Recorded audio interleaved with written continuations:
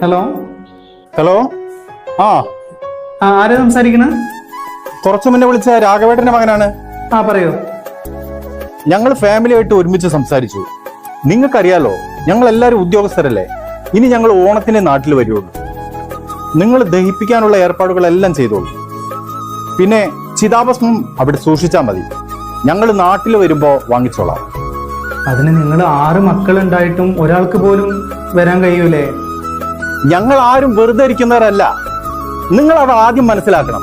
പിന്നെ അതിനുള്ള ഫണ്ട് ഞങ്ങൾ ഇപ്പൊ തന്നെ അങ്ങോട്ട് ട്രാൻസ്ഫർ ചെയ്ത് തരാം. എന്താ ചെയ്യാ? പഠിച്ചവനെ, ഇങ്ങനൊരു ഗതി ആർക്കും വരുത്തല്ലേ.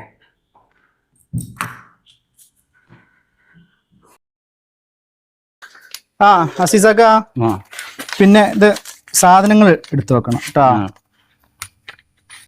ഇന്നലെ ഒരാള് മേലാത്തിൽ മരിച്ചില്ലേ? ഇന്നലെ ഒരാള് മരിച്ചു. അയാൾക്ക് എന്തിന് അസുഖം ഉണ്ടായിരുന്നു? പ്രത്യേകിച്ച് അസുഖമൊന്നും ഉണ്ടായിരുന്നില്ല. പിന്നെ ഒരു വാൾവിന് ചെറിയൊരു പ്രശ്നമുള്ള ആള് തന്നെയായിരുന്നു. മൂപ്പര നാട് ഇവിടെ തന്നെ? പാപ്പിലശ്ശേരി ഉള്ളായിരുന്നു. അപ്പൊ അവര് ബന്ധുക്കളൊക്കെ വന്ന് കൊണ്ടുപോയി. അതാ ഞാൻ വരാൻ വൈകിയത്. ഈ മാസം ഇപ്പൊ 2ാമത്തെ ആളാണ് മരിക്കണ്ടല്ലേ? ഇപ്പൊ 2ാമത്തെ മരണാണ്. എന്താ ചെയ്യാ? പിന്നെ ഞങ്ങളെ സാധനങ്ങൾ എടുത്തേക്ക്. ഞാനേ അതൊന്ന് കുബൂസും ഇതൊക്കെ ഒന്ന് എടുത്താട്ടെ. ബാക്കിയുള്ള സാധനങ്ങളൊക്കെ എടുത്തോട്ടെ.